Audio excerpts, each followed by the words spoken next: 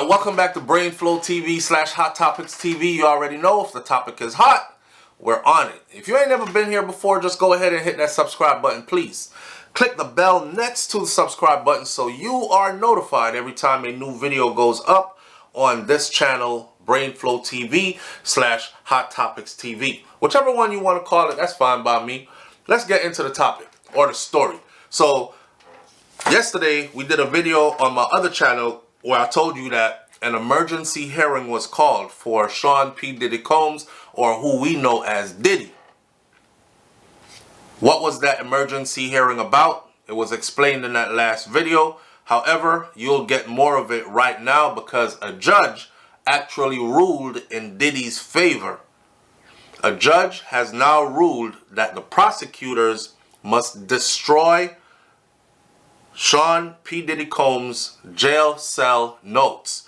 So his jail cell was raided, right? And they took a bunch of stuff out of his jail cell, which his attorneys said should not have been touched because that's client, lawyer, confidentiality material, planning on how to strategize and fight his charges. It's like your playbook to go to trial. I explained it like this yesterday in another video. I said, if the Miami Heats are playing, say, the Utah Jazz, or Miami Heats are playing the New York Knicks, and the Miami Heats get a hold of the New York Knicks' playbook before they go to the game, then they have an up advantage on them because they have their whole playbook. That's kind of like what happened to P. Diddy in this situation. Now, the feds are claiming that they didn't do the raids just to get into his cell. He was not targeted. They did the raids because they're doing these raids on all their facilities across the country. They just so happen to hit one of the jails that he is in, which I don't know, man. I'm not buying it. Anyways, I don't think also that the judge telling them to destroy whatever they took out of his cell or hand it over, I think this is grounds for a mistrial already, or throw a case out already. Because who's to say they don't have copies? Listen, if you stole some paperwork from my house and you needed that paperwork to beat me in court, a judge telling you throw the paperwork out, don't read it, is that going to make you not read it and really throw it out? Or are you going to go make copies and then throw out the originals? You know what I mean? So that violation is already gone. That horse already went through the gate. Now, the judge overseeing the case against Sean P. Diddy Combs has ordered federal prosecutors to destroy several pages of Diddy's handwritten notes, which they obtained from a raid that was carried out at the MDC Brooklyn lockup where Sean P. Diddy Combs is being held without bail. By the way, the government should not be in possession of these 19 pages. Judge Arun Subramanian said that the government should not be in possession of these 19 pages. I've never heard of them three-letter people raiding jail cells.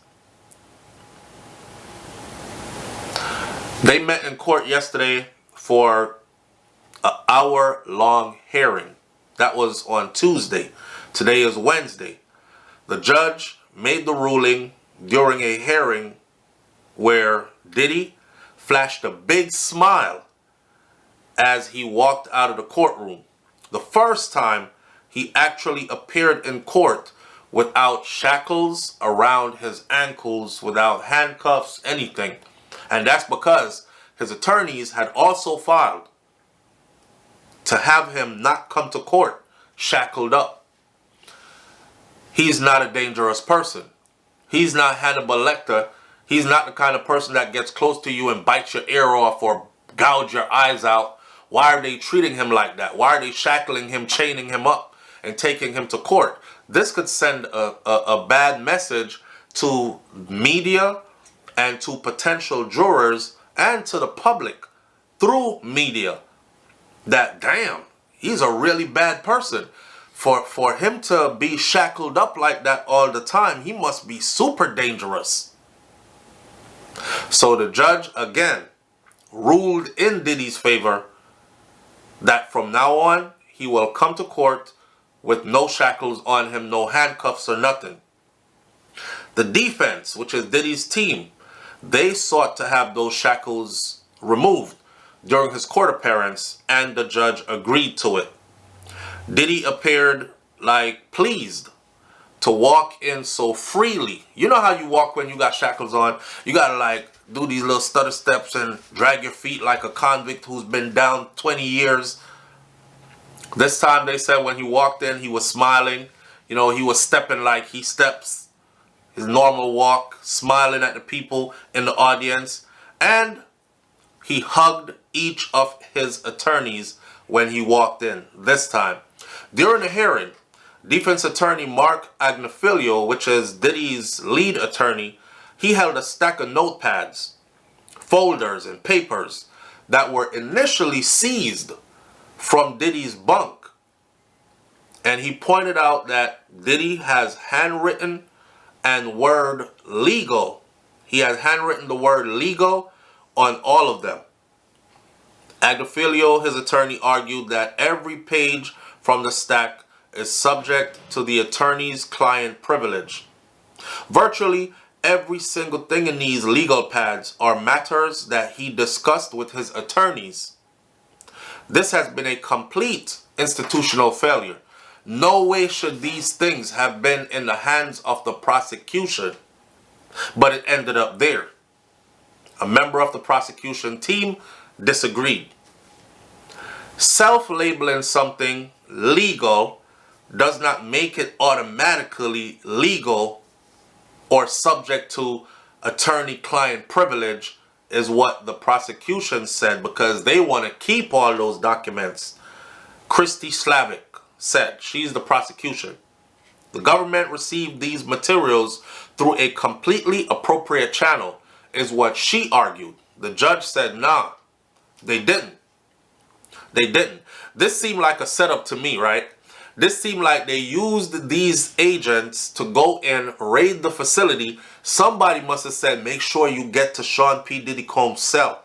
And whatever paperwork he got in there, get it. And then hand it over to us. Prosecutors cited that Diddy's notes in this argument against granting Combs bail, saying that they left a strong inference that Diddy had paid off a potential witness. This is what the prosecution is saying, that by going through the paperwork, they feel like they got some kind of something that tells them that he paid off a potential witness.